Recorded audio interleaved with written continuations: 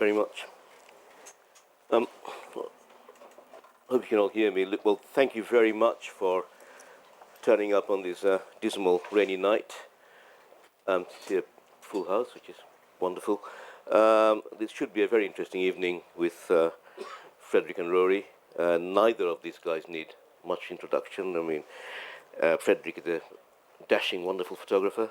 He has been to the Wakhi corridor, which most of you will know is in the north of Afghanistan, and he has been following in the footsteps of Eric Newby, the great explorer, and some of you may have read his books, including perhaps A Short Walk in the Hindu Kush.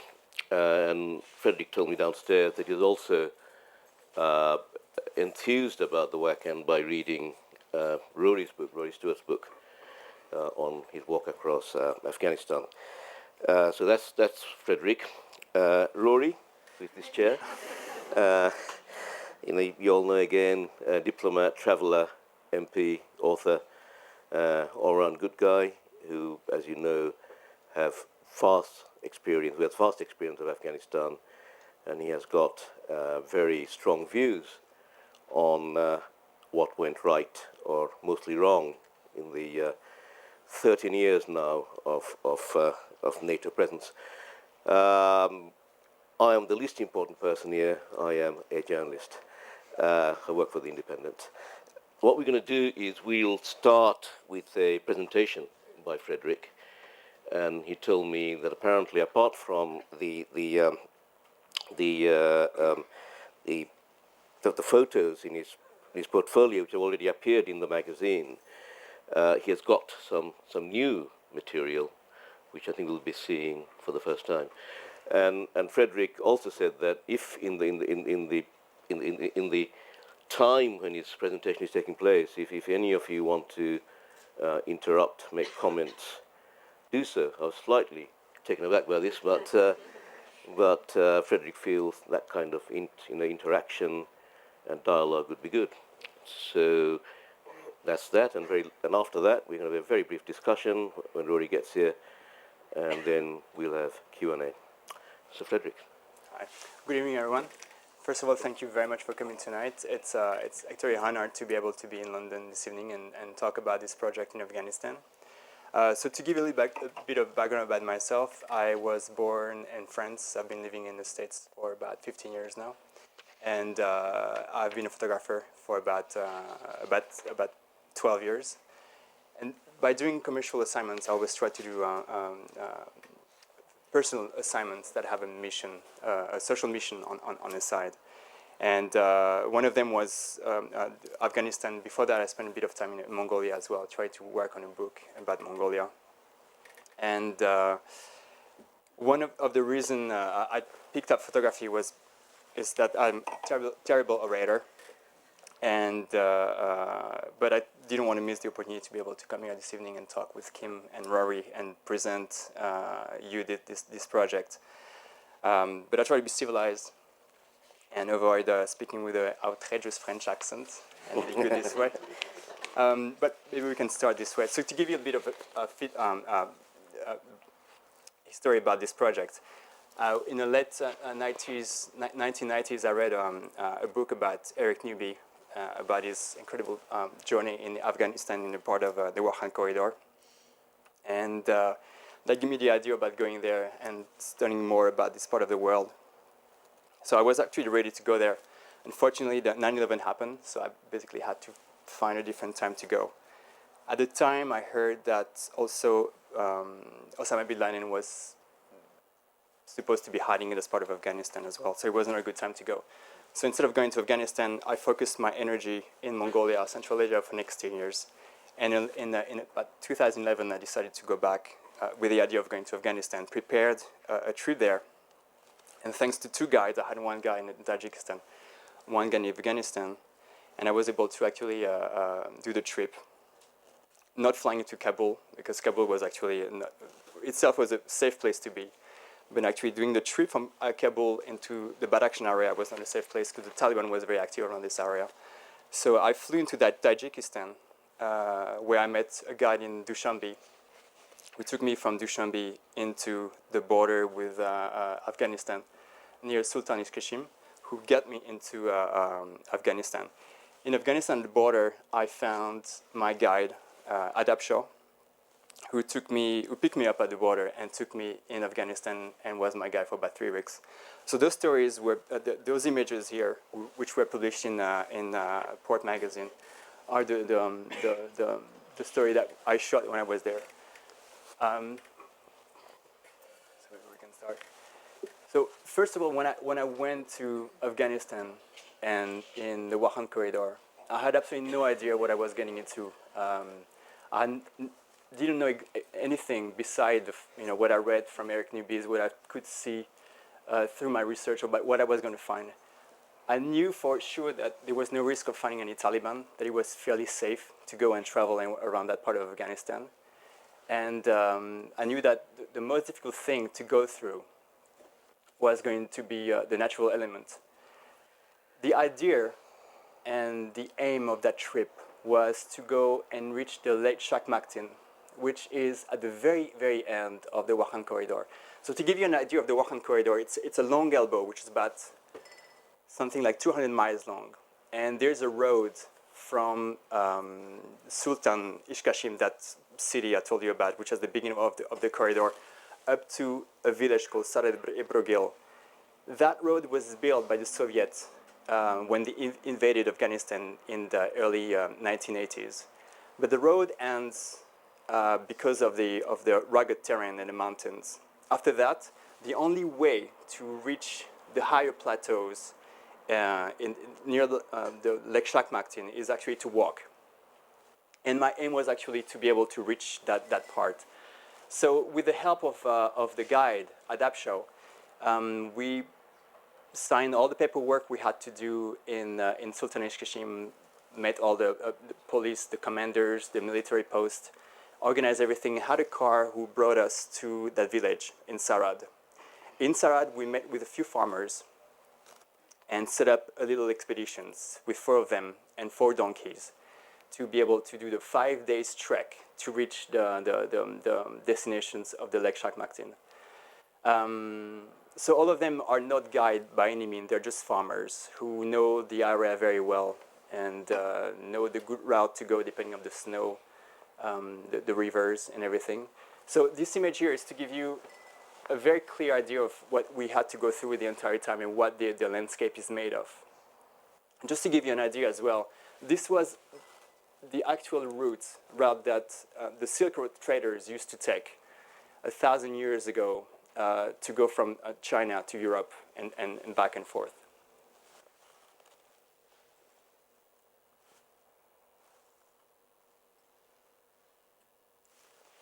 So this is another view as well. So you see over there like the 4 donkeys and 4 guides. Just again, like to give you an idea of the places we went through. This is Amir Mahmad. He was one of the guides we were working with, and a farmer himself. He was looking at that time toward the back of the expeditions to see if the rest of the expedition was following.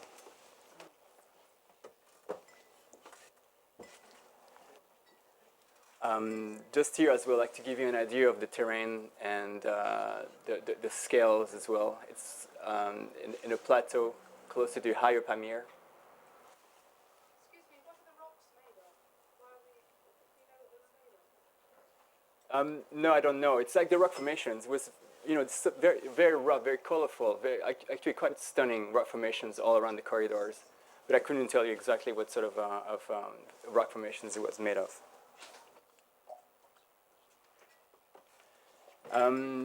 This man was one of the last military posts before we left the Wakhan itself to get into the Pamir. He was a Tajik man who was based here. There were 5 of them in this area. And his biggest task, he told me, was to ward off any Pakistani who were getting into Afghanistan to hunt ibex illegally. And his biggest fear as well as, the officers who were with him there was to have, the Taliban getting into Afghanistan from Pakistan. Otherwise, it's a fairly quiet and peaceful place. Very typical landscape over there with the Wakhan River, starting in the Lake Shakmaktin and going down all the way to the Panj River. So again, another idea of the terrain there, a makeshift bridge, and we see the expedition going through it. This was, sorry, I didn't mention that. It was the late winter 2012. The 2012 winter was a very, very cold winter. They had a lot of snow, especially higher in the plateaus near the Kyrgyz settlements, and a lot of cattle had died. So this was early March, and the rivers were already swelling a lot, and the snow had started to fall, to melt. So we had a lot of difficulties crossing rivers sometimes, and had to do like long detours, which made the trip longer. Another moon-like landscape. I love this detail of this picture. When you see actually, like those guys, again, they're not guide. They're farmers working the land, very, very poor. And the way they reuse and reuse things over and over again. You see like the way the donkey is being packed with things, all these different bags which have been sewed and resewed. And we show here one of the donkeys being reharnessed by one of the porter.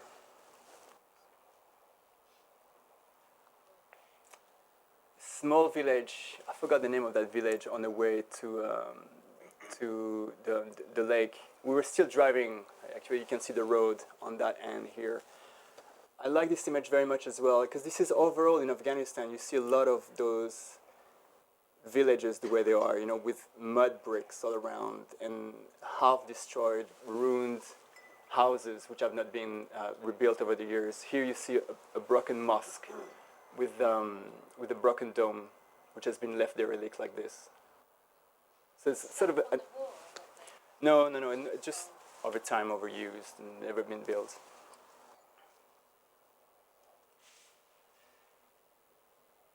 This is Burç Mirzo. He was the leader of our expedition, a farmer. He had just had a baby before he left for the expedition, so he was very eager to go back to his village and see his family again. And he had an enormous, he was withholding pain and cold in such an amazing way. He was very, very, such a strong man. So one of the things that was mesmerizing me in Afghanistan and what I was really looking forward to see was the different features of people.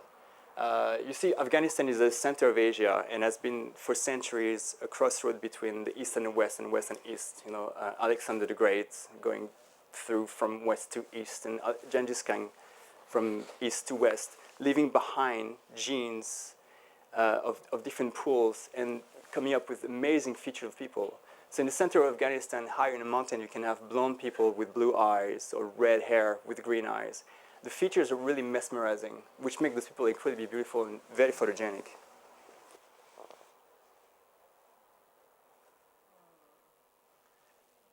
So those two men were Tajik Wakhi herders who used to work for Kyrgyz higher up.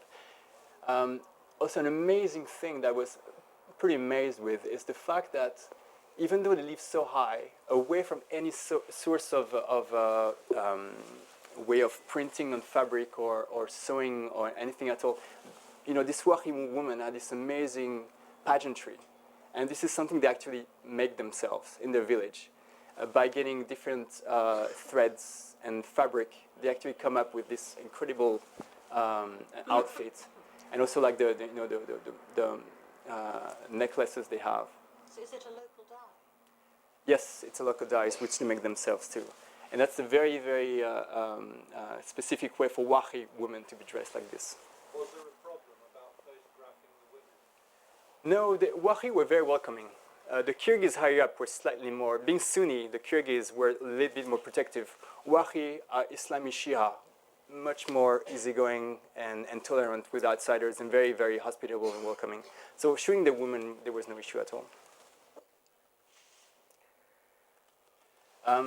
This was in one of the, this is the mother of one of my porter, who at the end I heard was only 19, and the guy looked, I don't have a picture of him, unfortunately, to be able to show you, but he looked at least 30 years old, and I discovered he was 19. That's his mother, and that's his little sister in a case behind. And the mom is approximately maybe like 40 years old.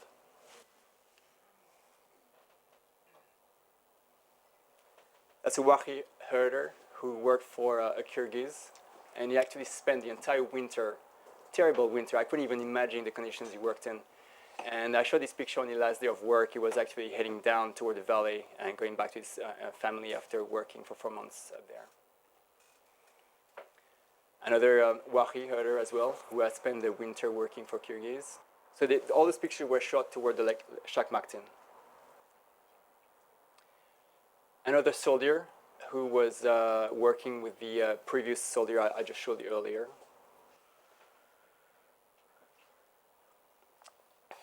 Amir Mahmad, one of our porters with his mother in his village. And this one, even though the Badakhshan area is a Shia Ismaili area, there were a few Sunni women here and there traveling back and forth from this province back toward Kabul or the area in Afghanistan. So I happened to shoot that lady as well. And again, being Sunni, she, as long as she was not uncovered, she was okay for me to take a photo. I guess because there were no men around her as well. So are you saying the ones who dress like that are all Sunni? Yeah. So back to our trek now after this little portfolio. So just to give you an idea, we were getting closer to the Lake Shakmaktin. We were reaching at altitude about 13 or 14,000 feet high around there. And being around that time of the year, early March, we still had freezing temperatures and snowstorm blizzards sometimes. So the conditions were pretty difficult. There was a lot of questions back and forth with the porters at the village, either taking yak with us or donkeys. Yaks are very stubborn animals. Donkeys are a little bit more weak, but like you can push them and it will be easier. So they thought like having donkeys with us throughout the treks would be easier. But it turned out for these sort of things like this, or crossing rivers, it turned out to be a nightmare. We had to be like 4 of us like pushing the donkeys, otherwise they wouldn't move at all. And they were fighting each other all the time. It was just incredible. So close to Shakmaktin, this is the typical Shangri-La-like landscape you can find, which is really mesmerizing.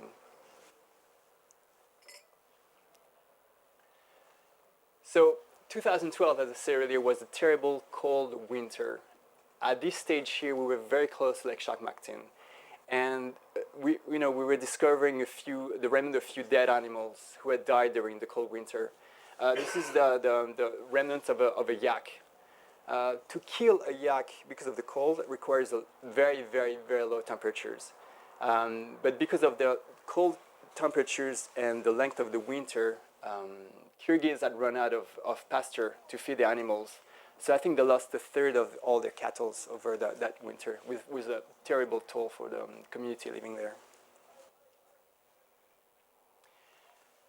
Finally, we reach our destination. So this is the typical landscape around Lake Shakmaktin, very pristine, beautiful mountain range. So this is the Hindu Kush. We are in Afghanistan here. At the tip of those mountains, when you go down, we are into Pakistan.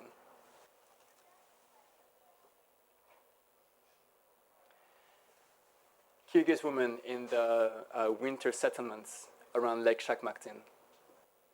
So we were getting close to the end of the winter, and they were about to move from their winter settlements to the summer settlements. It was just about crossing the lake and going on the other side of the lake.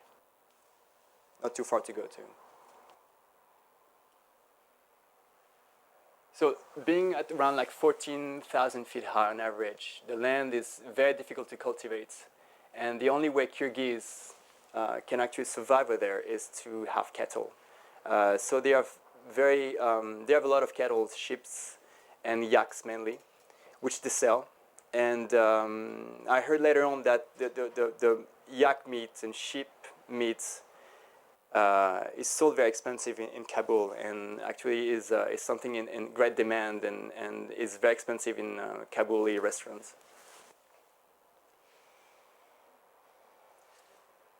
This is the portrait of a young Kyrgyz lady.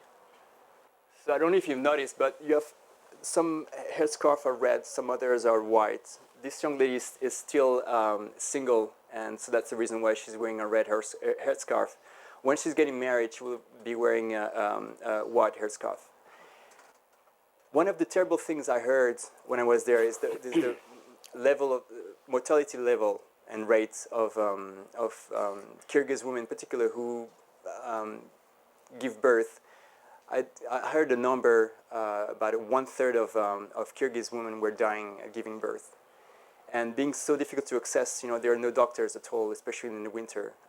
So that was one of the things that leaders of communities there were asking from the government in Kabul is to be able to set up a clinic and have doctors to be able to assist sick people, and especially women giving birth.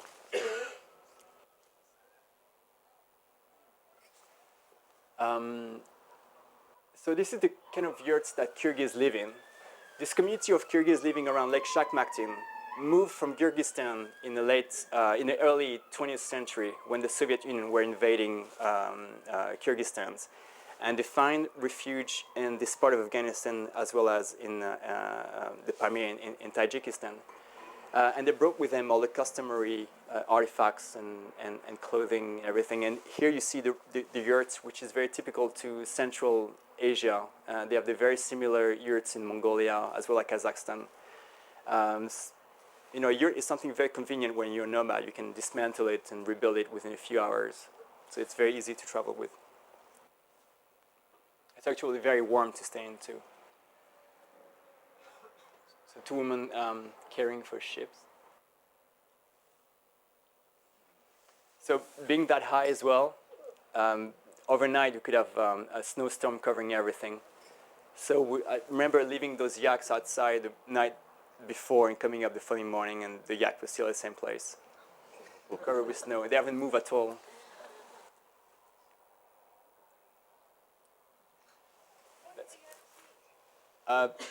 Grass, whatever they can find, but like grass and so Kyrgyz over there just like stock grass for to be able to feed the yak over the winter. Also with the Wakhi herder I showed you earlier, those guys know the mountains very well and know exactly what to take the yaks and the sheep throughout the winter to find the best pasture and to feed the animals. He was a young Kyrgyz herder. Daughter and father. This man used to be the leader of the community, and he felt he was starting to feel weaker and sick, so he gave his younger brother the task of leading the Kyrgyz community over there.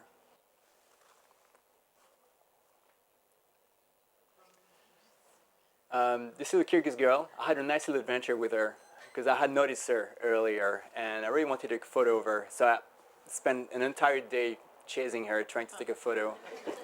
She would see me run away. She would see me run away. And one evening, I caught her. I was observing her for a distance, and they were getting all the cattle back into a little stone wall enclosure for the evening. And I guess with the sunset, things cooling down a little bit, she was mellow for a few minutes. I was able to approach her and shot this picture. I clicked it, and then she was gone again. I never saw her again.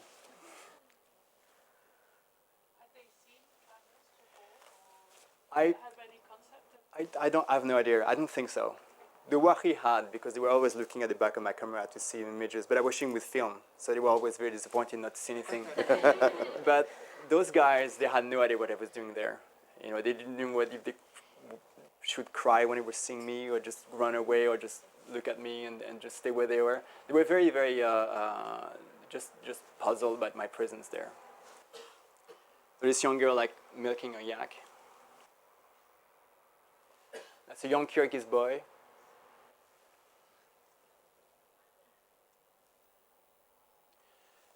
finally, we were on our, after spending a few days with the Kyrgyz community, I was very willing to go further and getting close to the Chinese border, but we were running out of food, and my guide, Adapsho, and the other porter advised me to head back toward the valley and put an end to our trip, which they thought was safer. So this is the day we decided to actually go back to the valley further down.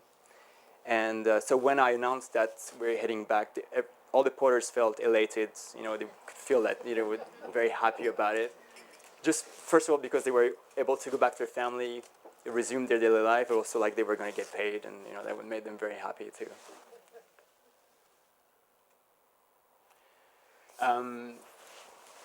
That image, we were on our way back, so we were lower, and there's less snow, and we were just about to get higher again to go through the Dalis Pass. So the Dalis Pass is a pass which is about 14,500 feet high, and you can actually look at them looking at the pass further up. And you see Bush Mirzo, which is standing at the center of the images, very epic image, was worried about one thing when we were actually about to cross that pass. Because of the fact we were late into winter, we had to, he was fearing that the snow was going to be too soft for the donkeys at the top of the pass. So he had us sleep a bit further down over there for the entire night and tackle the pass the following morning and wake up early around 4:30 and start the trek toward the pass in order to be able to find solid icy snow so the donkeys would be able to cross the pass without any problem. So we spent the night there. That's the following morning. It must be around like 5:15, 6 a.m. And I was going ahead of everyone all the time, actually going back and forth. I must have walked double the distance than everyone else on this expedition. But I could actually see on his face he was looking toward the pass and trying to scrutinize where was the safest place for all of us to go through. And that's the only time I could actually sense some. He was a little bit unnerved about the conditions and just wanted to, was not really sure exactly what we were going to find when we were going to reach the top, and if the donkeys were able to go through everything. What is the altitude of This is 14,500 feet high, about.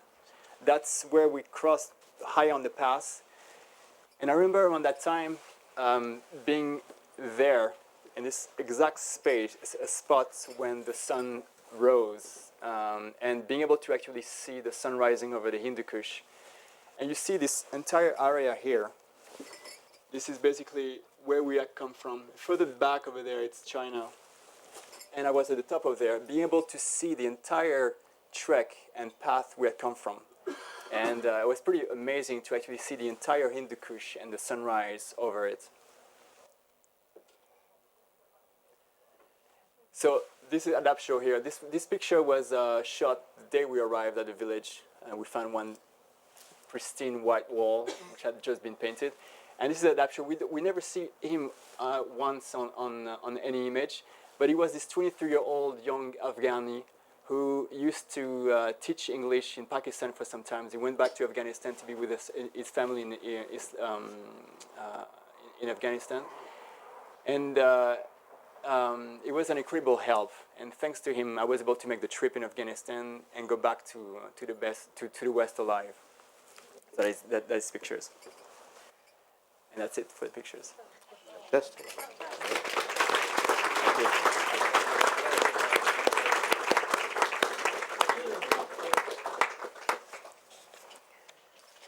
Well, I mean, they're just stunning. Thank you very much. Absolutely. Yeah. And available in Post magazine, which came out recently, I think. Yeah, exactly. Yeah.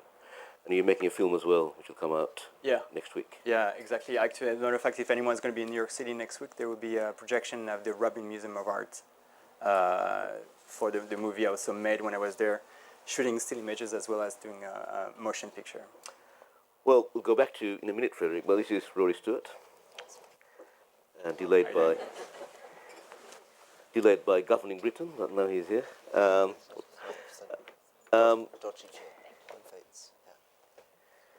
Now, Rory may not, or he may remember, back in end of 2001, or it may have been the start of 2002, there were a group of us journalists sitting in the Intercon Hotel in Kabul, in the dining room. There was no power, no heating. It was sort of semi-dark with flickering few candles, and the only way to keep warm was by drinking.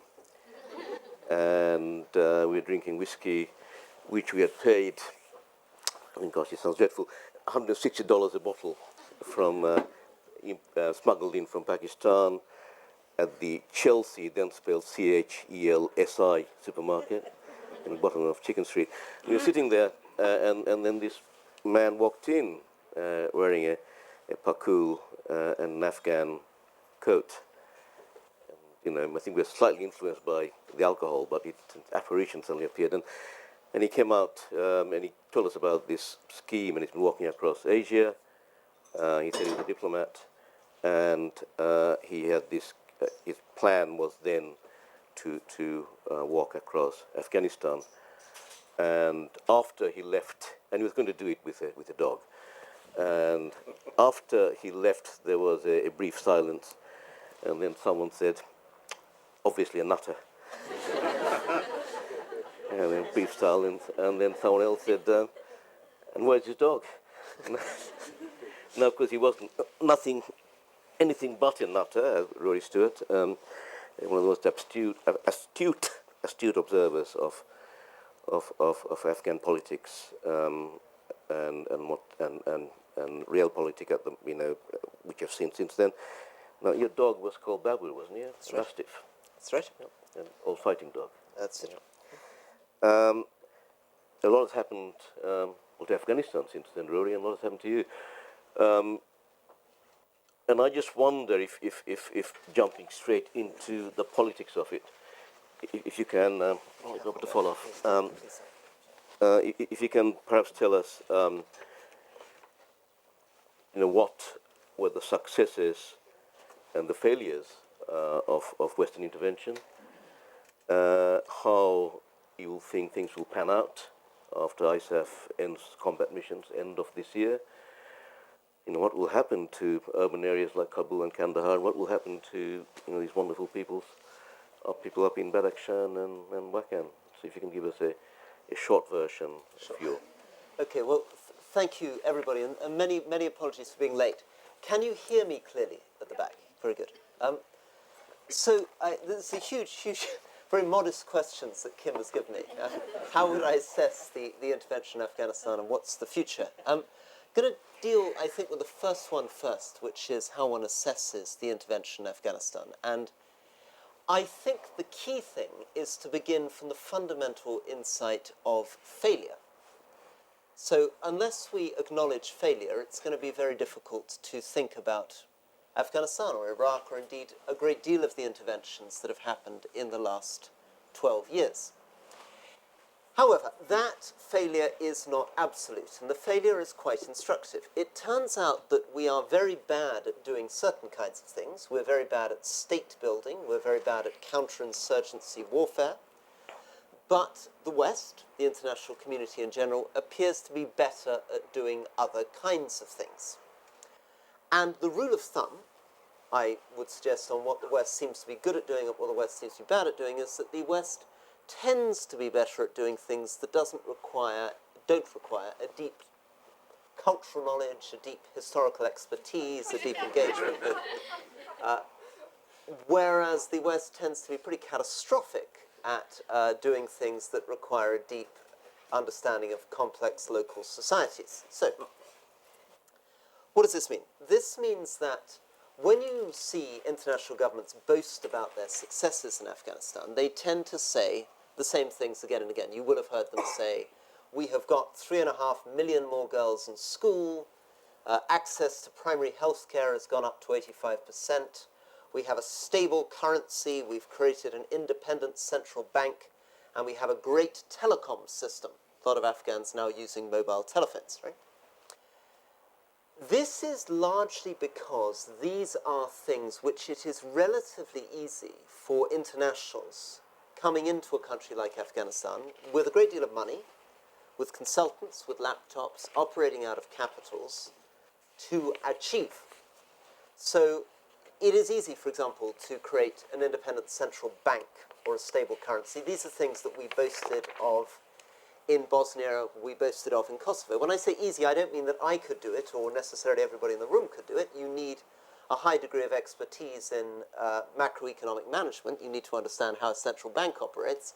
But it is nevertheless something that you can do as a middle-aged South African consultant parachuted into the Ministry of Finance with the right kind of support. And indeed, when you talk to people about development in Kenya, one of the first things they always talk about is the great success with the central bank, right? The other stuff, which we call governance, the rule of law, civil society, and these are funny kind of jargon words. They sound like plans, they sound like strategies, they sound like approaches when they're generally simply descriptions of absence. So if you say that what we need in a country is transparent, predictable, and accountable financial processes, what you really mean is the country is corrupt. And it's not necessarily a plan on how you're going to make it less corrupt.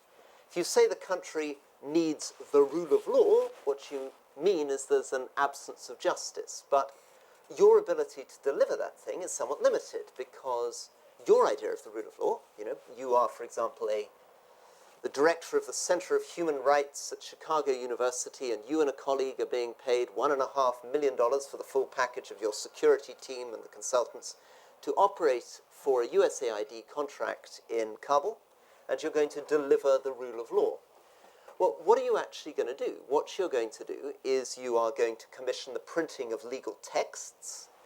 You are going to encourage the spending of money on courthouses. You're going to try to encourage the recruitment of policemen, and you're going to train judges. But your problem is going to be that in most of the communities, many of the 20,000 villages across Afghanistan, people don't want to go anywhere near a judge. In fact, the only reason you would go anywhere near a judge is to get a passport. That's the only thing a judge really would offer you, because the judiciary would be perceived as massively corrupt. And indeed, if you want to resolve most issues in your community, you are more likely to resolve them without a prison, without a legal text, without a judge, without a jury, without a courthouse, and without a policeman. In other words, you are likely to sit in a room about a quarter of this size, and generally the person trying you will know the victim, will know the criminal, or at least claim to, and will come up with some patched up solution within the community. Now, I've begun with that because Kim's asked this very grand question just in order to lay out what I believe the problem is. The problem is that if it were really the case that the international community wished to address the rule of law, or address governance, or address civil society, or indeed even address security, the international community would need to understand Afghan culture and Afghan politics. Primarily the question of what happens in every one of those 20,000 villages up and down the country is dependent on a deep understanding of the political structure of that community. It requires you to have a sense. Say you are in the position of being dropped into the middle of Nadi Ali and you were given the job of trying to create governance, security, and the rule of law. The first thing that you would notice is that you were sitting, if you were lucky enough to have a sub-district governor, if the sub-district governor wasn't so terrified that he was actually sitting in Lashkargah and he'd actually been prepared to get in a vehicle and arrive in Nadi Ali, you would find yourself completely bewildered. Various people would come rushing in and out of the door. You would probably only be able to be in the sub-district governor's office for a couple of hours a day because your security team would start getting worried. So you'd have to do a vehicle maneuver in an armoured vehicle back to your compound. And during that 2 hours, they would be gabbling in a language that you don't speak. For example, the British Embassy in Kabul, 2008, largest British embassy in the world, had exactly 3 speakers who could speak Dari at an O-level, and not a single Pashto speaker in the entire embassy, right? So you're dependent on a young man generally who looks like that, and that young man may well come from Kabul. He may be a Tajik, and he may well be in a Pashto area. He may well have very peculiar views about elders and villages. He may have been, like this young man here, living in Pakistan teaching English. He will be very proud of himself as an educated man. He may be slightly appalled by living in a rural community. and his ability to actually understand what's happening around you, let alone work out who the gangsters are, where the bribes are going, what funny games are being played by the cabinet in Kabul, what funny games are being played by the ISI, exactly why it is that you're failing, will be very close to minimal. And it won't really matter to you. Because at the end of 6 months, if you're a military officer, or at the end of 12 months, if you're a civilian, your posting will come to an end. And you will get to leave Afghanistan and head off somewhere else to be the governor of Tristan da Cunha, or to serve in the embassy in Indonesia. In the Foreign Office team responsible for Afghanistan, in 2010, in London, there was not a single person who had ever served on a posting in Kabul. Because at the end of your tour in Afghanistan, you're exhausted, you come back maybe with a nice beard, but you don't necessarily want to continue working on Afghan issues. Instead, you want your reward in the structure of the bureaucracy is that having served in a hard posting, you then get to go somewhere nice, like Paris or something. So there I've laid out some of the problems of intervention. I'm going to stop talking now because I talk too much, but we can come on to the we get future onto in a that. second. And we shall. We've got a slight, not a disconnect, but parallel situations. We have got this, stunningly beautiful, and you're saying earlier on, and as we have found in places like Badakhshan, how wonderful and friendly these people are. And simple is a patronizing word, but they are genuine people, if you're not being too cliched. Can I ask you, when you were, you were in a dangerous area, although you say you didn't think you were, and we have had friends killed not very far away from there in Badakhshan. Did you have a kind of,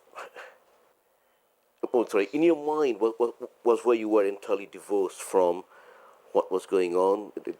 Did they talk to you about what's going on further south, or even in Mazar, or what the future might hold for them? Yeah, even though those areas are very remote from Kabul, from any sort of telecommunication devices and everything, everyone knew that Taliban was only 3 hours south. So that was something that people knew. Getting into this part of Afghanistan too, I knew that the Taliban was not there, but at the same time, there was always a part of us, which was always aware of the possibilities that something could happen anytime as well. But action was the only province in Afghanistan which had never been invaded by the Taliban.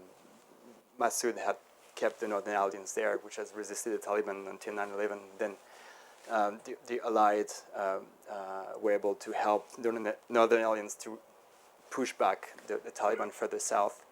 So it was sort of a safe place. Recently, I heard about bombings, like we were talking earlier, like by Westerners being killed, NGOs being targeted as well, by police brigades as well being disseminated in this part. So it seems that it's getting there little and little. I think what people are most worried about is the Taliban getting in from Pakistan.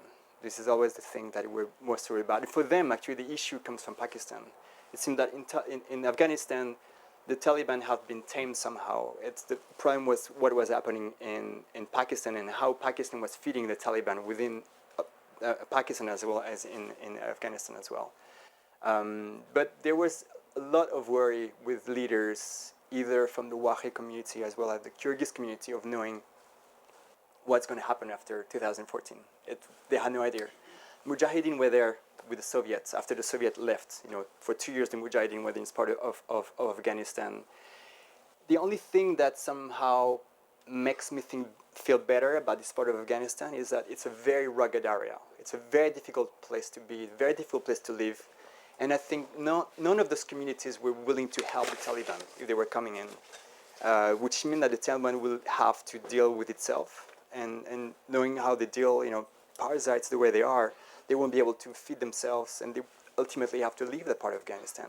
So being so rugged, being so high up, being so uncomfortable, I think is not an environment that the Taliban will be able to be successful to settle in and just to invade. So ultimately, I think there's a chance that those people will be able to stay and live within the same peace and environment they've been living in. Undisturbed. Yeah, undisturbed. Yeah. But is that how they felt? I mean, first of all, were they aware of huge changes taking place when ISAF and NATO leave? I mean, is that something which they even thought about in their daily lives? I think one of the leaders, especially from the Kyrgyz community, go to Kabul from time to time and try to work things out with the government in Kabul to be able to have, like schools. Thank you. To be able to have schools and clinics and have teachers coming in, as well as doctors. So they know what's happening somehow, more or less. But I think they've lost hope about, ultimately, Kyrgyz, I'm talking about like way higher. They've sort of lost hope about how Kabul is dealing with that part of Afghanistan, even how much they care about the community. They're basically non-existent from in Kabul. Did you, I mean, you obviously had your journey, and a wonderful bit came out of it. And I don't know if you saw, we didn't see most of the photos, Rory, but they were absolutely wonderful, and you've been through the same areas. And did you, of course, when you did your walk, this was when victory has been declared. I remember Rumsfeld turning up in Mazar and saying the Taliban are finished, they'll play no further part in Afghanistan. But did you have any trepidation at the time? Well, first of all, let me just ask you, sorry, let me just go back slightly, a more gentler topic. What was your impression of the people you walked through, and did you feel in any way that they can be politicized by what will happen in the future? Okay, so my sense, I mean, my walk, my experience of Afghanistan are really twofold. I mean, one of them is the walk, which Kim's talking about, where I walked from Herat in the west to Kabul in the east in the winter of 2001-2002. So staying in, I guess it was a walk that took me just over a month, and I stayed in, I think, 33 separate houses along that route. The second experience is spending 3 years living in Kabul running a small charity and going back and forth over the last 11 years, often in connection with that charity. I think my sense is that people in rural communities do have various identities which can lead themselves to be radicalized, but also can lead themselves to be very independent of the government. So I was very struck by a friend of mine called Said Umar, who had fought against the Russians. And I said, why? And he said, I fought against the Russians because they stole my donkey and they told my wife to take her headscarf off. And then he had fought against the Taliban. And I said, why? And he said, because they stole my donkey and they put my wife in a full-face veil, in a burqa. Radicalization is a very weird thing. I mean, I find even in Kabul today that, young men with stonewashed jeans and winkle-picker shoes, smelling strongly of French perfume, part of very much of a modern Afghan generation of men in their early 20s, can suddenly see something on Facebook which can enrage them. They will find out that Qurans have been burnt in the United States or something, and they will be genuinely, really, really wound up and really angry. People's sense of themselves as Muslims can be very strong in rural communities. Basically rural communities tend to be, as a rule of thumb, more conservative, more religious than Western policymakers want to acknowledge. The main thing, my main experience turning up in rural communities in Bamiyan, in Yakalang, Charcharan and Gore, is the first thing that anybody wanted to talk to me about was Islam.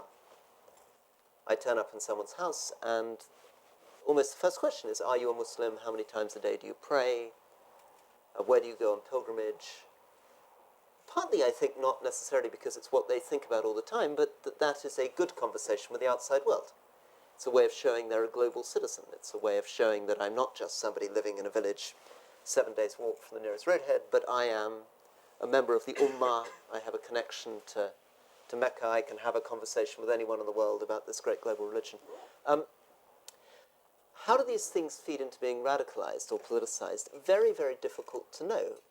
Except we do know, basically, I mean, again, a rule of thumb, and I'll finish on this and hand back to Ken, that the point about Afghans, or indeed of people in the Balkans, or indeed people where I live in Cumbria on the English-Scottish border, is that the point is not basically that the people are inherently a sort of warrior race or violent people. Generally speaking, they have been stirred up by proxy wars, usually by neighbors, and by money, and by the government of Pakistan, or the Soviet Union, or the United States, or Britain pumping in weapons and bullets, and essentially creating a whole economy around violence, which can then be reinforced through drug money and various other forms of activity. That I don't think it's something inherently cultural in Afghanistan that leads to violence. I think it's more likely to be the flow of money and neighbors. Just one very quick point about lack of the wonderful phrase cultural awareness, or even, put it more bluntly, lack of basic language. I remember in 2001 being in Bagram with the Royal Marines, and we went on various missions to against the Taliban, and basically ended up blowing up empty caves for some reason, changing the landscape for to no purpose. But I remember at one place, there was a British officer with some Gurkhas, and one of the Gurkhas saying to me that the big problem is that I can just about get by a bit of Dari, but we simply have not got a translator, and their job was to interdict people. It's a wonderful word, and let's differentiate between who are civilians and who are insurgents in disguise. I remember speaking to this young platoon commander and saying, well, look, you've got some Gurkhas who speak a smattering of Dari, but no one here speaks Dari, or even there's some Pashtuns in the area, no one speaks Pashto. How do you communicate with them? How do you know that the person you're speaking to is a Taliban and not just a farmer going by, who you're hassling for no reason? He said, oh, no, we've got a solution to this. And what he had were these cards, pack of cards, which basically said in Dari things like, are you a Talib? If you are a farmer, prove it. It was, at that basic level. But I think we agree that, things moved on in the course of, and it became much more sophisticated. I'm starting the Q&As, if I may, slightly early, and basically in your questions you don't have to ask about politics, future of Afghanistan. You can just as well, ask about, Frederick's wonderful photography or Rory's aesthetic sense of Afghanistan. So feel free, and please do make the questions as controversial as you like.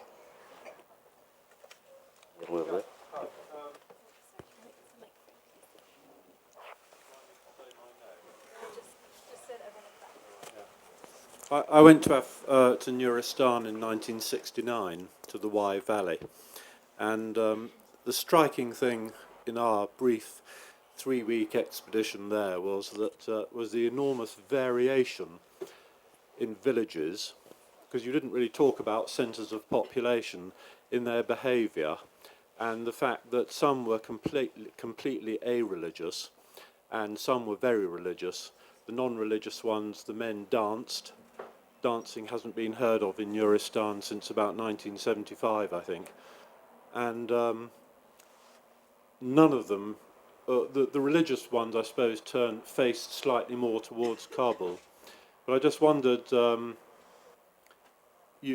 it's very easy to refer to the Afghans as this kind of group, but even within a single valley system, there were enormous variations in behaviour. And I just wondered whether that reflected your experience and how you think that might sort of influence their behaviour. If I can take perhaps 2 more questions, and we'll get him to answer.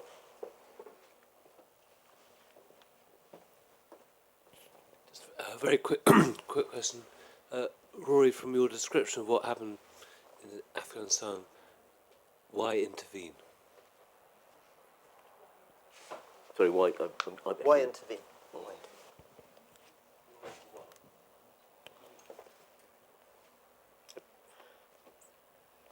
Yeah, if you could just respond to Kim's earlier question about post-2014 in some form. Right. Small question. Can I ask you, you Frederick, first of all, did you find in your travel through the Wakhi corridor, did perceptions, attitudes change in very short physical space? And were you finding, as this gentleman said, that things changed either culturally or any other way? From Yeah, valley to valley? and in Sultan Ishkashim, the last big town before getting into the Wakhan, there were definitely much more zealotry about religion, and people were following it, being much more adamant about all religious things, women being covered, and men praying 5 times a day. It was something that people were very, very clear about, and very good to show any foreigners as well, as they were very religious. Exactly as they were telling Rory, the first question they had is like, "Are you Muslims? How many times a day do you pray?" Once you were actually getting into the Wakhan area with the Wakhi and Kyrgyz, even though we were in two different communities, Shia and Sunni, they were complete different approach to religion, and the fact that they were much more tolerant about it. In neither places women were covered, even with the Sunni or the Shia, women were not covered at all. I've never seen any I've never seen any man either with a Sunni or Shia praying, even once. So there was a completely different approach.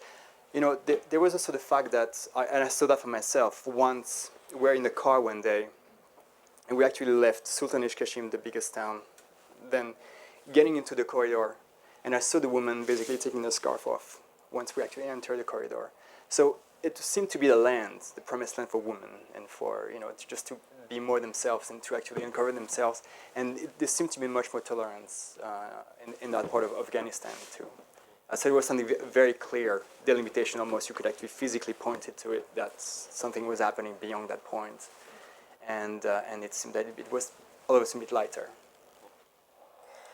My sense is that what defines Afghanistan, I've just been walking for 40 days through the English-Scottish borders. And what's so striking in the English-Scottish borders walking is how little difference there is between communities compared to Afghanistan. I mean, Afghanistan, the movement from one village to another is almost a movement you can feel between one universe and another. People are so rooted within a single community in a way that's very surprising for us today. Everybody, for example, in Dahane Razak will be descended from a single great-grandfather. Everybody there is a cousin. Therefore, their relationship to the landscape around them is very different. When they say that is the Kue Hindu, that's the Hindu mountain. When they say that's the rock behind which my uncle crouched when he shot a Talib, this is the route which Chinggis Khan took. These combination of sort of half-made-up myths, legends, oral history are so deep and mean that social and political structures can vary in 2 hours. You go from a village controlled by a mullah to a village controlled by a gangster, to a village controlled by some aging feudal aristocrat, to a village controlled by somebody financed by the Iranian government. And it's so extraordinary to then return to Britain and realize that our rural communities are nothing like that at all. I mean, I turn up in Cumbrian communities or Scottish communities and I try to find oral history.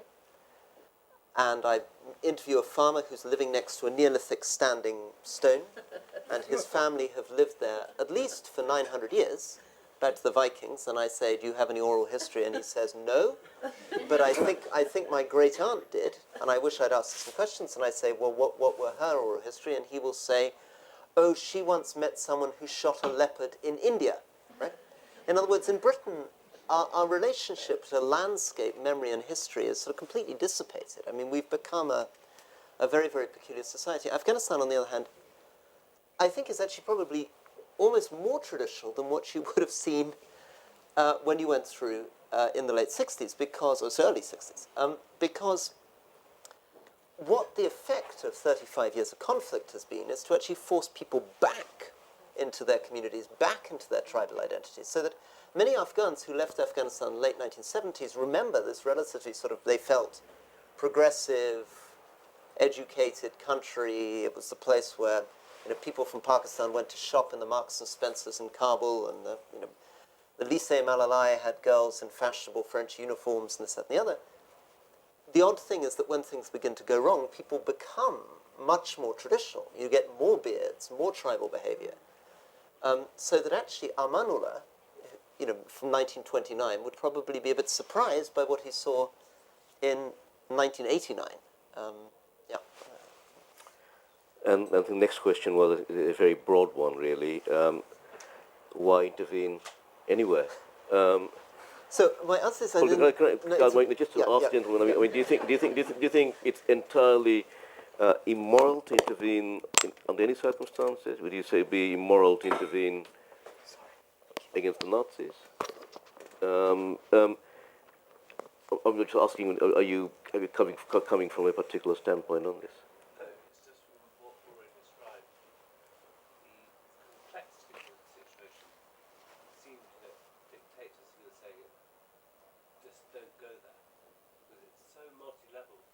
Why thrash in with a great master plan of Western rule of law, when actually hasn't been asked for? Why are we so grand to impose this on a village in Afghanistan? I have no starting point. I guess my instinctive answer to that is that the fundamental question in intervention is not about our moral obligation. The key point is that we don't have a moral obligation to do what we can't do. In other words, the precursor question, thank you very much, to should you intervene in Libya, should you intervene in Syria, should you intervene in Iraq, should you surge in Afghanistan, is not do you have a moral obligation towards the Syrian people. Quite clearly you have a moral obligation towards the Syrian people. You have a moral obligation to everybody, right? Clearly. The question is, what can you do?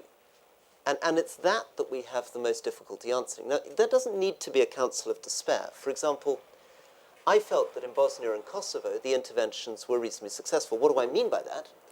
Well, what I mean is that if you choose, as we did in Bosnia, to go in a very, very incremental and cautious fashion, if you don't set yourself grand dreams of the creation of governance and rule of law or state building, if you're not trying to build a nation in the face of an insurgency, but instead you focus, as we did in Bosnia, on demobilization of the militia, on justice for war criminals, and on refugee return, you can make some progress. So when I was working in the Balkans in the 90s, and I went through, and many people in the audience will remember this, you went through from Bosnia into Republika Srpska. There was a checkpoint probably every half a mile. There were 120,000 people under arms. There were all these war criminals on the loose. Today, there are no checkpoints. The militia has been reduced from 120,000 down to 5,000 people under arms. 1 million people have had their houses back. 150,000 refugees have returned. And the crime rate in Bosnia today is lower than Sweden. Right? That is success. That doesn't mean that Bosnia is a clean, effective, hyper-modern government with no problems, but it's an intervention that works. And it works partly because that happens without any foreign troops being killed, partly because the political relationship that we've developed with the local population worked. So I think the answer shouldn't be black or white, but I do think your point is a good one, which is that the fundamental lesson that we should have learned from the last 12 years is that we are very, very, very, very bad at intervention, much worse than we think. And therefore we should be extremely prudent about where we intervene. Can I, before asking Fredericks, can I ask you, or both of you really, one question myself? Is there a moral obligation not to incite people to rise up against their dictators if you don't then follow it up? And I'm speaking in particular about Syria. And I go in with the rebels because the regime won't give me a visa. And I've seen in the last half dozen times I've gone how, the repeated, talk, Assad must go, led mainly by Mr. Cameron and Mr. Sarkozy before, and also Hollande afterwards. And then, of course, very little from your government, tangible, setting no arms on the ground. And then we have seen as a result, partly as a result, the rise of Al-Qaeda, ISIS, and Jabhat al-Nusra. So So should people in Western Europe, if they're not prepared to follow through robustly, should they be asking people to rise up against their dictators? That's my own. Can you answer very shortly that before going back to the audience? I think there's a moral obligation to act. In the case, for instance, of Afghanistan, there was the Taliban. The Taliban was imposing Sharia was imposing something which was going against the nature of the people in Afghanistan, and it was definitely a moral obligation from the West, which it took the West and the U.S. in particular years and years to basically to react and to notice what was happening back in Afghanistan because of the Taliban and because of the connection with Pakistan not upsetting different allies the U.S. had over there, and it just about how to process on that and how to do it. But I think there is, it's also the way of doing it. But I think there's definitely a moral obligation that the West must enforce in order to draw a line. And that's something that didn't happen in Syria as well. But I believe it should be done, yeah. I think Kim's question is a very tough one. Essentially, if one feels that, as I suspect the British Prime Minister, certainly the American President felt, that intervention in Syria was going to be very difficult in the sense that it would be almost inconceivable that people would support boots on the ground, or indeed that putting American and British boots on the ground would do anything other than exacerbate the situation and probably get the American and British government stuck in a very, very nasty conflict for a very long time. And that even the deployment of aerial bombardment would be tricky, or at least that's what the Pentagon was telling him. He's starting, so let's take President Obama, from a position of prudence. He's starting a position that he's not clear that bombing Syria or invading Syria is going to improve anything. On the other hand, Bashar al-Assad is a monster who is behaving in a terrible way towards his people. This happens, and the president is called on to comment. So what does the president say? Well, the president says Bashar al-Assad must go. What does he mean by that? What I suspect he means is, okay, we've had enough of the last 10 years where we've been hoping that we can bring Bashar al-Assad on side, where we're going to be able to find a middle road between his relationship with Iran and his relationship with the West. He's finally shown that he's beyond the pale. This is a guy that you can't deal with anymore. And when you say, as the American president, Bashar al-Assad must go, you also believe that by saying that, you're going to have an impact, because you've seen it in Egypt, right? So you feel, we said that Mubarak was going to go in Egypt, and because we said Mubarak must go in Egypt, it wasn't necessary for us to bomb, it wasn't necessary for us to invade, he went. Now, question. What happens if you say the president must go and he doesn't go? Right? And then, as Kim says, what do you do if a whole series of people who are fighting very understandably against a monstrous dictator are encouraged by your words and misinterpret your words, basically, believe that what you're saying is that you're going to do something about it, and you don't? I don't know, because there's not much you can do about that. I mean, it's not credible that the President of the United States is going to give a speech whose objective is to scare Bashar al-Assad, to bluff him into stepping down. He's not going to give a speech saying, Bashar al-Assad must go as a moral fact, but we, the United States, are not proposing to do anything about it. That's a good message, perhaps for setting realistic expectations for the opposition, but it's not necessarily going to achieve the political objective. So I think in situations where the West does not intervene, expressing moral positions can cause a whole lot of problems. Equally, intervening causes a whole lot of problems. I mean, I found in Iraq that one of our problems was we would intervene and we would encourage everybody and we'd give them a sense a new dawn was coming. And I remember I had a very great young man, who again looked a bit like this, Haider al-Maliki, who worked with me. and he was a youth activist, and he'd put together a great magazine for children, and he loved Charles Dickens, and he'd studied at Baghdad University, and he was very excited that Saddam had gone, and he wanted to work for democracy, and we gave him small grants to run small projects for women and children in El Amara. And he worked closely with me and went on television with me and occasionally did some translating for me. And then we left, and he was dragged from his car and executed in the street by the Sadarist militia. So we can have the moral obligation, as Kim applies, that if you say you're going to intervene and don't, you have an obligation to the rebels who've risen up and don't get any support. Equally, you can say that you're going to intervene and intervene, raise people's expectations, and then be unable to follow through and have exactly the same moral obligation. Oh, no, absolutely. Sorry, that's my fault, straying onto Syria. But I just come back from the Geneva talks in the 10 days of this, and it's sort of... yes, your question, the future. A very, very, very simple question, really. I mean...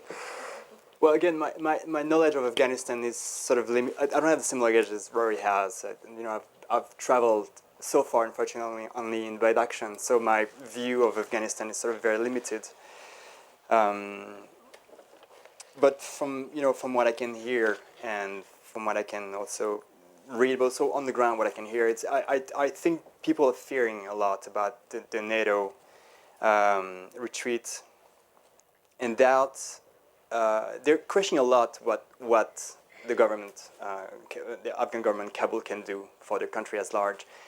There's no confidence in the army, in the ability of the army. There's no confidence in police neither to maintain the law because of corruption, because of all the things that basically happened years back. And when I was in Afghanistan about a year ago, Adab Shah, who was there, my guide, was telling me a lot of things that were happening in preparation of the NATO retreat. A lot of warlords here and there all around the country were actually stocking up arms, preparing militias and armies to be able to get back into what we're doing 15, 20 years ago. The same things were actually, even though NATO is still in Afghanistan right now, people actually were ready to get back in the same set of mind that they were before the Taliban and when it was the end of the era of the Mujahideen. It was just this sort of anti-region fighting where basically the whole country was going to be turned into chaos again and ungovernable. So it seemed that it's going to be back to point zero. That's state of semi-anarchy that existed after Russians left. Exactly. So that's basically what I heard from on the ground from everyone there. Again, there's a complete lack of what had been done, and a complete lack on the Afghan military possibilities. So it's the same question. Well, what's going to happen? Essentially, we don't know. I mean, the amazing thing about Afghanistan is that it's so unpredictable. What do I mean by this? What I mean is if I was sitting in this room in 1993 and somebody said to me, what's going to happen in 1995, right, 2 years' time, I would say, and I guess most people who knew Afghanistan in 93 would say, oh, I guess Afghanistan in 95 will look much as it does now. In other words, a civil war. There'll be Dostum and Hekmatyar and Massoud, and they'll be shelling each other in the center of Kabul.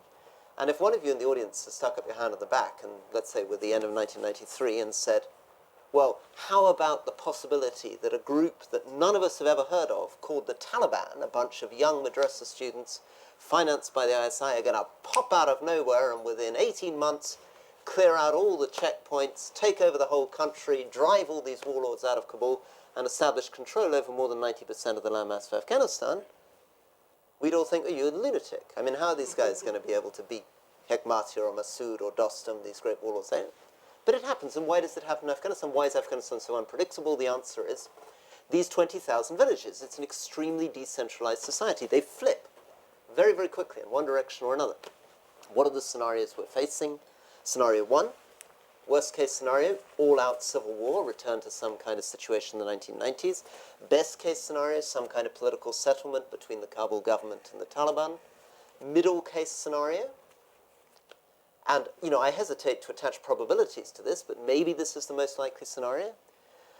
Kabul government, where the army and the police continue to receive $4.5 billion a year in funding from the international community, an insurgency continuing in the south and the east of the country, bombs continuing to go off in Kabul, a corrupt, pretty illegitimate, weak government operating out of Kabul, and things going on in that fashion.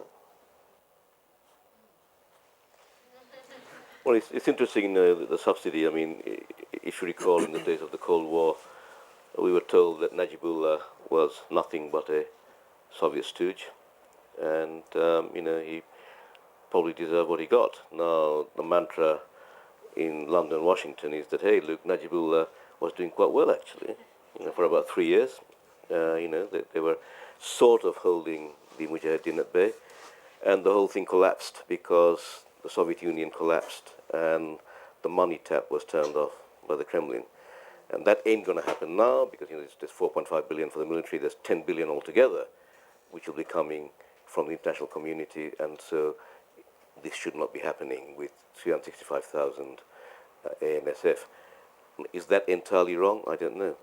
I'll be interested to hear about this. But can I have a few more questions, please? Ooh. Just to take up what one of the things. Yeah, so there's one at the back first, and then we'll come to you. Thank you. So in Afghanistan, there's a wealth of travel literature. Why do you think this is? Is it just because it's newsworthy, or because it's the crossroads of Asia, or is there a deeper reason why people are drawn to Afghanistan to sort of document it, whether it's through journalism, writing, or photography?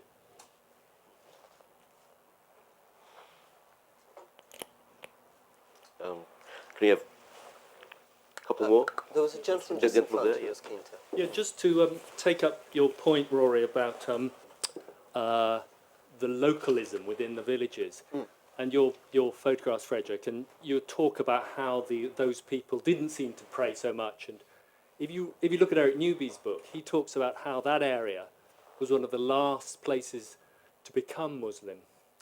And he said in the 1950s you could still see the vines where they had grown wine. And so I suspect and we were talking about the history and the traditions of those villages up in Nuristan and up in the northern Hindu Kush. And my suspicion is that quite a lot of that attitude towards Islam actually comes from the fact it wasn't really until the 1870s, the 1880s, that those places became Islamic. And so that tradition has just continued on through then, So the particular history, your point, Rory, about the particular history of particular villages is very specific, I think, in that area. One more question, perhaps? Well, Thank you.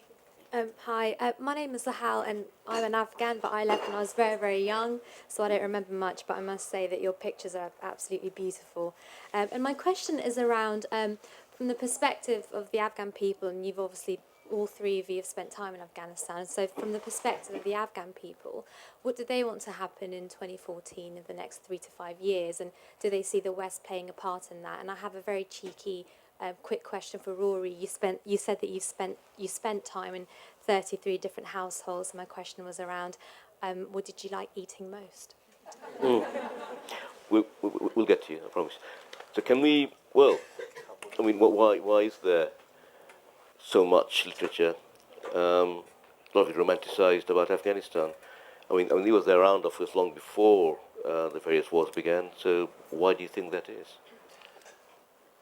Well, I think Afghanistan has been this mesmerizing part of the world.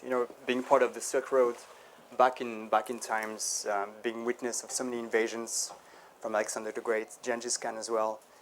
It's one pocket of land in the middle of Asia, which is, has a tremendous importance in terms of geopolitics. It has never been occupied.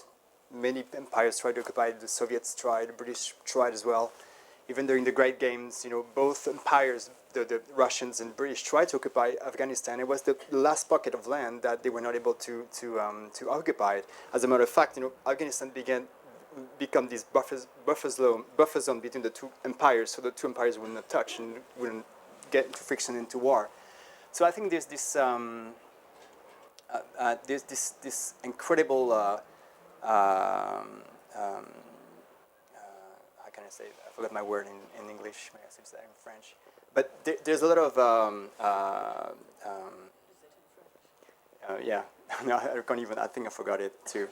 But there's a lot of attractions toward Afghanistan for this whole historical references that Afghanistan has, as well as the fact that it's an untenable place somehow.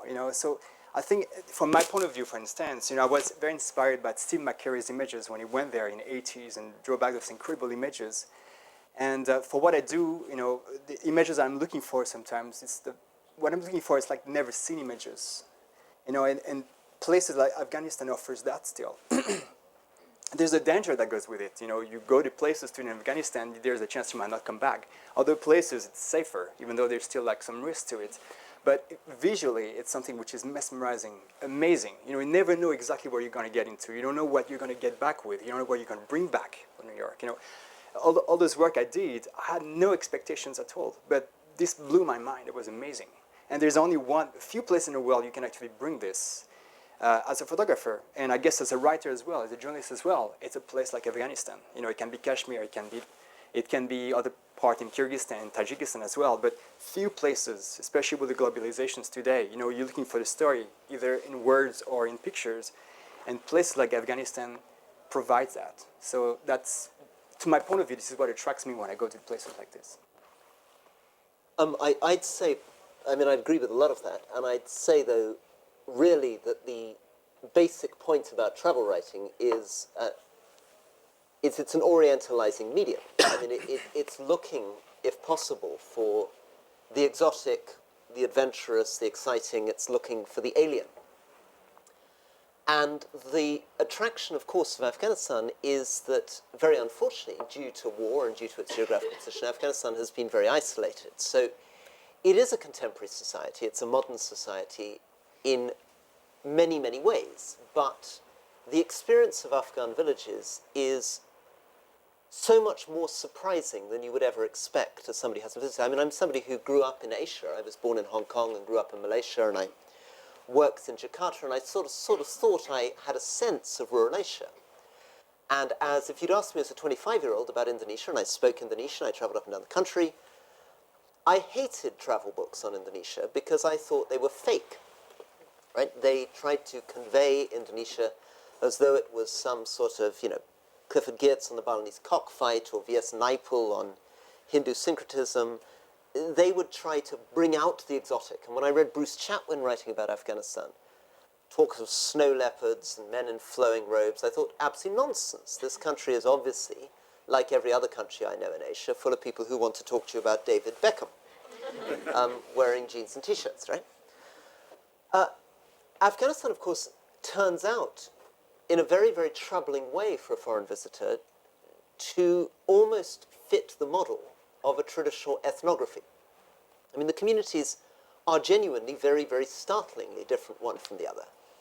They, very startling fashion, do have a very strong sense of local identity, history, memory, oral history, all the kind of things I vainly seek for in Scottish villages and can't find.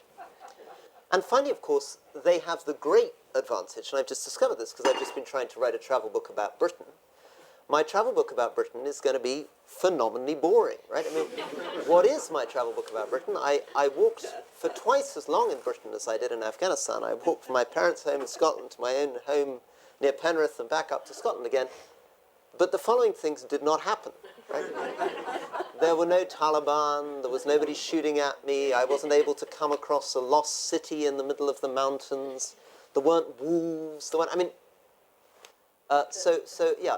if you, unfortunately, it's tied into the entire structure of the ethnographic orientalizing travel narrative that you want to find a country like Afghanistan. I think you were making a point rather than asking a question. And nothing wrong with that. It was interesting. But your question, let me get it right. You wanted, I think, to know about Afghan perception of what's going to happen. Am I right? Yes, that's right. And sure. And then also the matter of Afghan cuisine. Let me do the cuisine, and I'll give you perception. My basic experience walking across, in fact, most of Asia, this was true in Iran and Afghanistan elsewhere, is that most of these communities, particularly rural communities, during the winter, eat bread.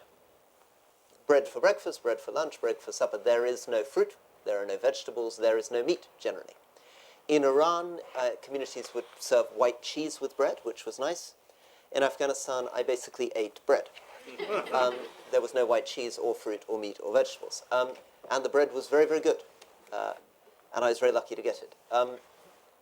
Occasionally, I would turn up in a wealthier person's house. So every 5 or 6 days, I would get to a house where people might serve a little spinach, or they might even serve a tiny bit of meat. But basically, I ate bread, and indeed, still when I go to Kabul, what I really want to do is get to the bread shop and buy a huge piece of bread and eat it. Although in Kabul, of course, you're teased for this. I mean, Afghans think that eating dry bread is a very eccentric thing to be doing. They'd say, you know, nane khosht, it's a thing that a poor person would eat. But it is hot and delicious. There we are. Over to perception. Yeah. Just for the food as well, because, you know, like going there, it was what interesting was just like mainly bread all the time. And but when we were toward the end of the trek, actually near the lake, you know, all the ships and everything. So I wanted to thank the men and all the porters, so I bought a ship, and they went to kill it, and we had this little like meat meal, and which was quite amazing, and I could actually see that the meat from the high altitude was amazing. So other thing, and I'm sorry, I didn't really get the entire question about perception. Would you mind repeating it, please?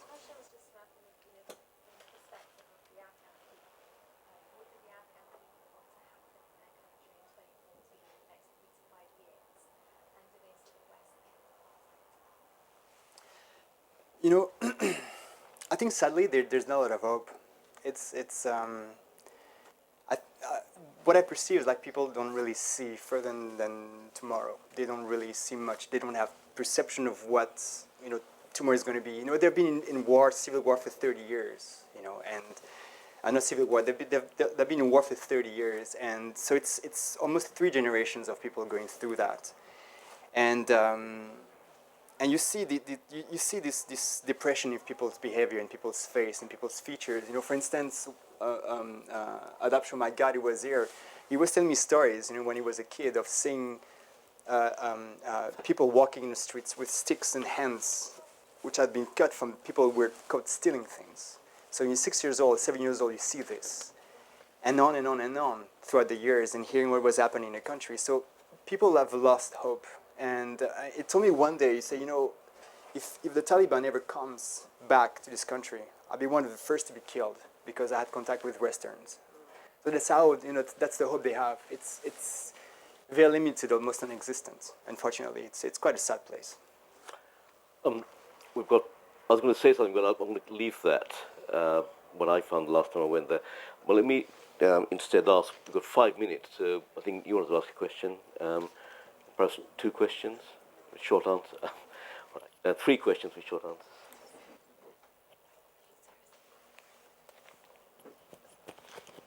Hi, short questions. Yeah. First, I have a quick comment in terms of mortality rate you mentioned in Wakhi. It's actually things being changed a little bit by Aga Khan Foundation, who sends midwives from Tajikistan, from Korok, who actually stay in Kyrgyz villages like Kashgosh, for example, and train local people. And also, I bumped there on a, I think it was German NGO, and there was 2 ladies that sort of train people to be like basic nursing staff. But what those German nurses found was that once they train people there, or they send them to Korokonet training, and those people come and stay in the villages, after 3-4 months, they leave the area because there's no prospects for them. So, sort of, I think my question is like, how do you see this area for young people in the future that go outside the area to be training Kabul or Tajikistan, but when they're back, there's no sort of any economy for them, like to stay there?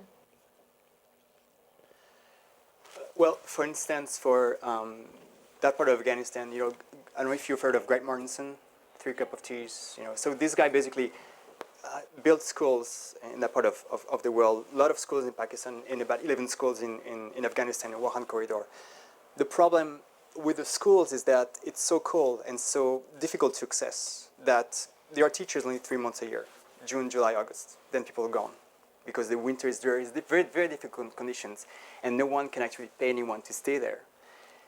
There's no clinic as well. Maybe there are, you know, a midwife actually who can come and assist as well. But the problem is that no one wants to go there. and the government in Kabul doesn't pay anyone enough to go and help build clinics or have doctors in that part of Afghanistan. That's the reason why, you know, like women, a third of the women who are giving birth die, and their child as well.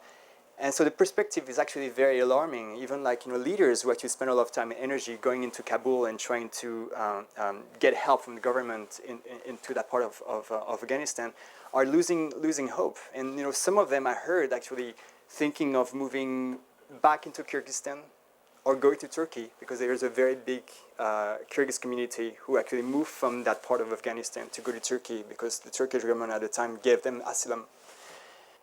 So it's very dim. There's not much hope again, and very sadly, it's just, you always hear the same thing, the very sad stories of like asking the world to help them and nothing really comes their way. So those people feel very isolated.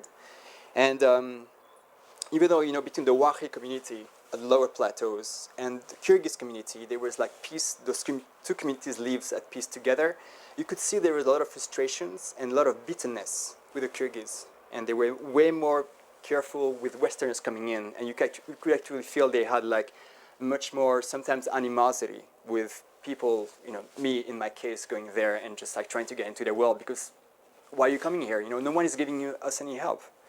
And so that was, you know, this sort of like issues they feel, and that no one can actually help them on those different areas. Very quickly, do you think in rural areas that the basically, you know, as you know, the questioner asked and Frederick said, you know, there's just basically there'll be no input from Kabul now in the future? Well, just given that we're finishing, just very quickly on that then. I mean, I think it's a good theme on which to finish. If you were looking for a way to define Afghanistan today, it would be fundamentally in terms of a rural-urban divide. The remote rural communities in Afghanistan are living in very tough conditions. And indeed, this is not unique to Afghanistan. If you go to Provence, you can find abandoned villages scattered across the top of the hills. It's really tough. Iran, the same is true. I came across village after village in Iran which had been abandoned, and the villagers had moved to cities. The population of Kabul has gone, in the time since I've known it, since I first met Kim in 2001, from 600,000 people to nearly 6 million people.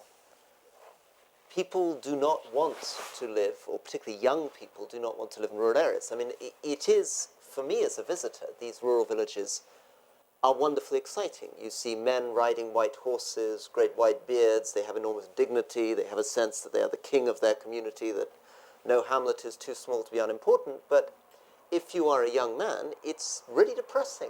The whole thing is run by a bunch of old people. You don't really feel that you have much opportunity. If you're lucky enough to have a generator, there's no electricity basically between Herat and Kabul without a generator. So if you're lucky enough to have a generator, maybe you watch television, you see images of Japan or you see images of Dubai. You have a sense that maybe there is something outside your village. And it's really difficult to get teachers into communities.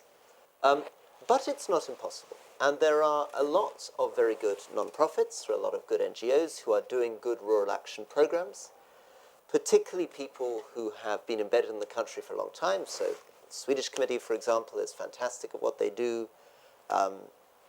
Sarah can wave at you to talk about her own schools, which are also doing, I mean, a wonderful job.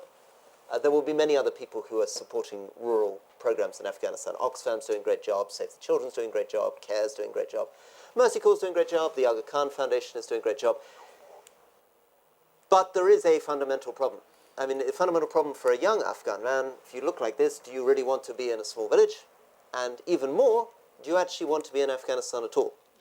Would you not rather be in Dubai? There are terrible moments where you sometimes think that if everybody was given a visa for Dubai tomorrow, the entire country would be empty.